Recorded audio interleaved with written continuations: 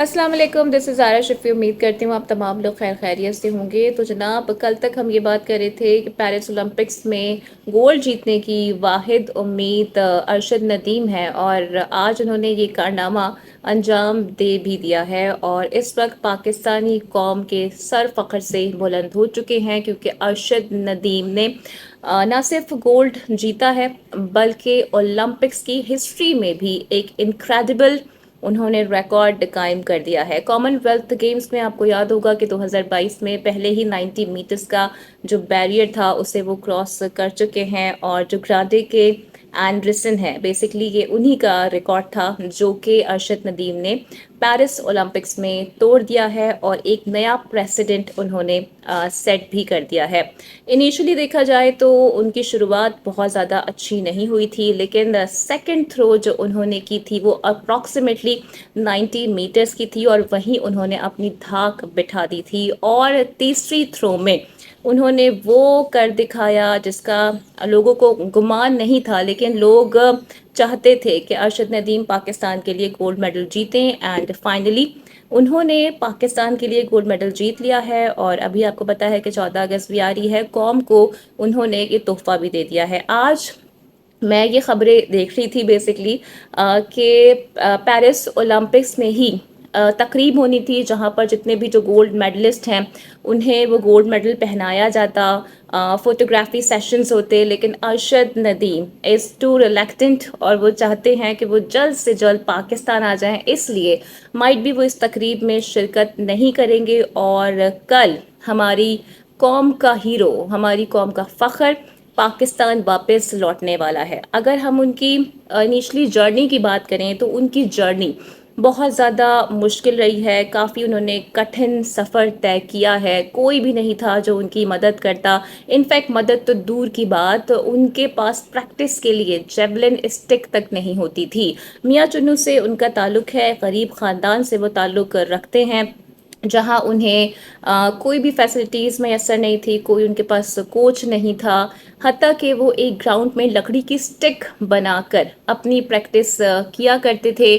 और बहुत ही मुश्किल वक्त उन्होंने गुजारा है, and there is nobody to help him out, और बड़े मसले मसाइल उन्होंने देखे हैं। लेकिन अच्छी चीज़ ये है कि उनकी जो डेडिकेशन थी, उनका जो हार्ड वर्क था, उनका जो पैशन था, वो उनके काम आया है, और इसी बुनियाद पर आज दुनिया अरशद नदीम को जानती है। आपको याद होगा कि अरशद नदीम से मुताल्लिक़ कहा जाता है कि उन्होंने दीगर जो स्पोर्ट्स थे उसमें भी अपनी किस्मत आजमाई थी, जिसमें शॉट पुट था, जिसमें डिस्कस थ्रो भी था, जिसमें वॉलीबॉल भी था, बैडमिंटन भी था। लेकिन जो शोहरत उनको मिली, या जो जुनून उन्हें था कि वो जेवलिन थ्रोअर बने, और सिर्फ जेवलिन थ्रोअर ना बने बल्कि दुनिया में उनका डंका बजे, उन्होंने ये कारनामा अंजाम अब दे दिया है।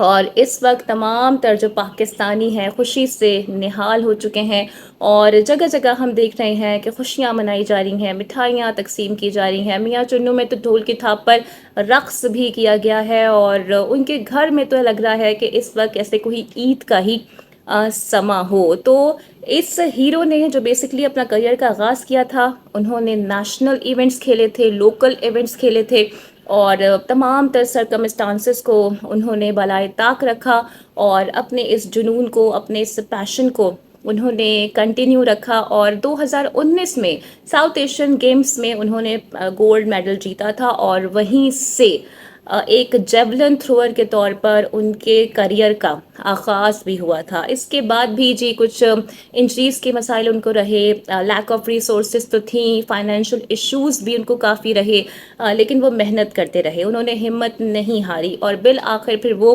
टोक्यो ओलंपिक्स में भी पहुँचे। और वो पहले पाकिस्तानी थे जिन्होंने टोक्यो ओलंपिक्स में जेवलिन थ्रोअर के तौर पर एक सफ़र तय किया था, और यही नहीं, वहाँ पर भी उन्होंने तारीख रकम की, और उसके फाइनल में पहुँचे, फिफ्थ पोजीशन पर वो आए थे। उस वक्त नीरज चोपड़ा ने ये कॉन्टेस्ट जीता था, जो कि आज यानी कि सिल्वर मेडलिस्ट हैं, और Arshad Nadeem is a gold medallist.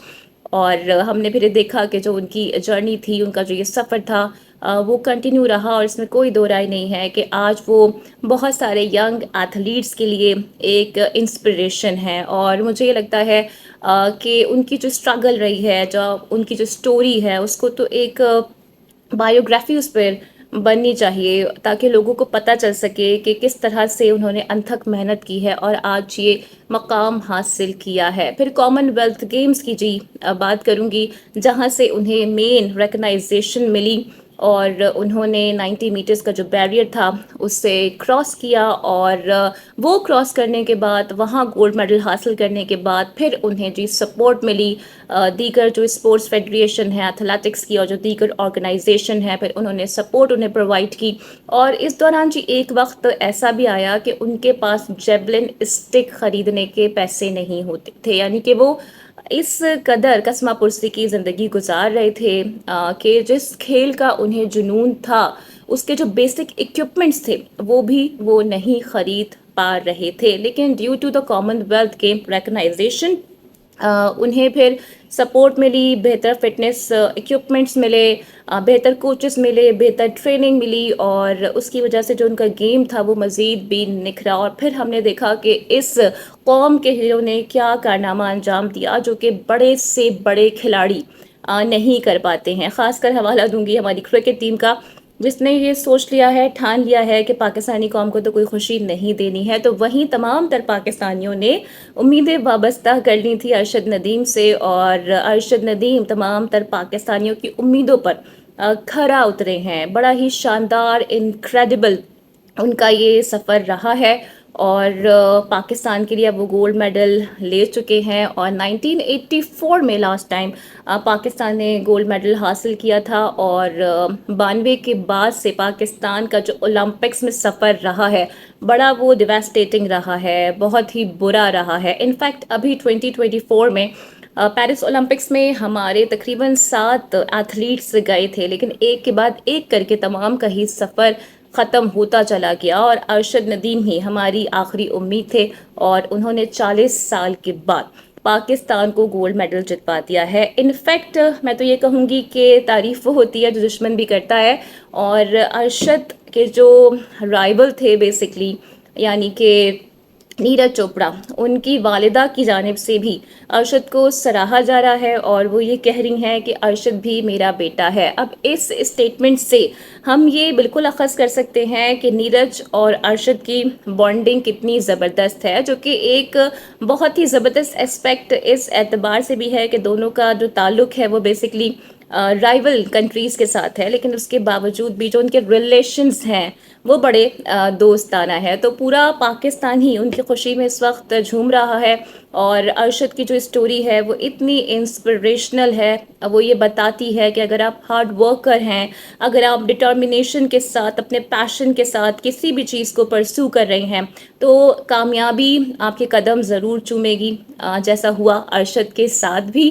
اور اس میں کوئی دو رائے نہیں ہے کہ ان کی انتھک محنت ہے. اور اب جو مختلف آرگنائزیشنز ہیں یا گورنمنٹ ہیں ان کی جانب سے انہیں نوازنے سے متعلق انعامات کا اعلان کیا جا رہا ہے. لیکن اچھی بات یہ ہے کہ یہ جو انعامات ہیں یا جو نوازشات اب ان پہ کی جا رہی ہیں وہ انہیں مل بھی جائیں، اور حکومت کو چاہیے کہ جیسے دیگر اسپورٹس کو فوقیت ملتی ہے، خاص کر کرکٹ کو، جہاں پر ہمارے کرکٹرز کی جو سیلریز ہوتی ہیں according to their central contract, جو کہ 60 لاکھ 50 لاکھ کے قریب ہوتی ہیں، جو دیگر اسپورٹس ہیں اس پہ بھی توجہ دینی چاہیے. بیکاز جس پہ ہم توجہ دے رہے ہیں وہاں سے ہمیں نتائج نہیں مل رہے ہیں، لیکن جہاں پر ہم نے توجہ نہیں دی ہے وہ شخص ہمارے لیے گولڈ میڈل دے کر آ رہا ہے. تو یہ ہمارے لیے ایک لیسن ہے اور ہمیں اس سے سیکھنے کی بہت زیادہ ضرورت ہے. امید کرتی ہوں کہ آج کی ویڈیو آپ کو پسند آئی ہوگی. Don't forget to like and subscribe my channel. Video کو لائک اور شیئر آپ نے لازمی کرنا ہے. اپنا بہت خیال رکھنا ہے. اگلی ویڈیو میں آپ سے پھر ملاقات ہوگی. ٹل دین ٹیک کیئر. اللہ حافظ.